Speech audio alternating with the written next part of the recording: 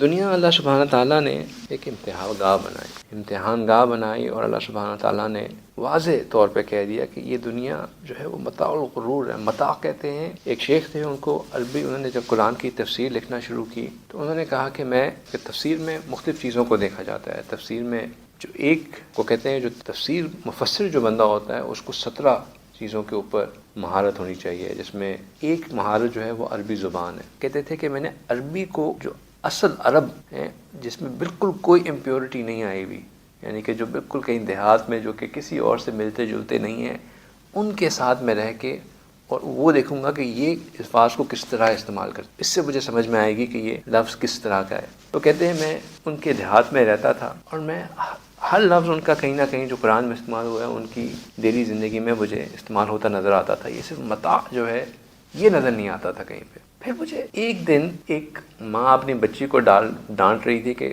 اس نے جو ہے وہ اس کی بکریاں جو ہے وہ کچھ چیز کھا گئی تھی، تو اس نے یہ لفظ استعمال کیا۔ تو جب میں نے جا کے دیکھا وہ کیا کھائی گئی، تو وہ جو گھر کی بالکل ہی بیکار سب سے پھکی ہوئی چیزیں ہوتی ہیں نا، جو کہ کسی کے استعمال میں نہیں ہوتی، وہ اس کو کہہ رہی تھی کہ تم نے دینا ہی تھا تو یہ دے دیتی جو تم نے باقی چیز کو کھانے کے دے دی۔ تو مجھے اس سے احساس ہوا کہ یہ جو متاع ہے، یہ جو سب سے بیکار اور سب سے جسے کہتے ہیں ردی مال، اس چیز کے لیے استعمال ہوتا ہے۔ تو اللہ سبحانہ تعالیٰ نے دنیا کی زندگی کو متاع کہا، متاع الحیات الدنیا۔ تو یہ جو دنیا کی زندگی ہے یہ اصل میں تو متاع ہے، اور اللہ سبحانہ تعالیٰ نے کہا کہ یہ زندگی تو میں نے امتحان کے طور پہ بنائی ہے۔ اس زندگی کا مقصد صرف اور صرف ایک دنیا ایک امتحان گاہ ہے۔ ہم یہاں جو کوششیں کریں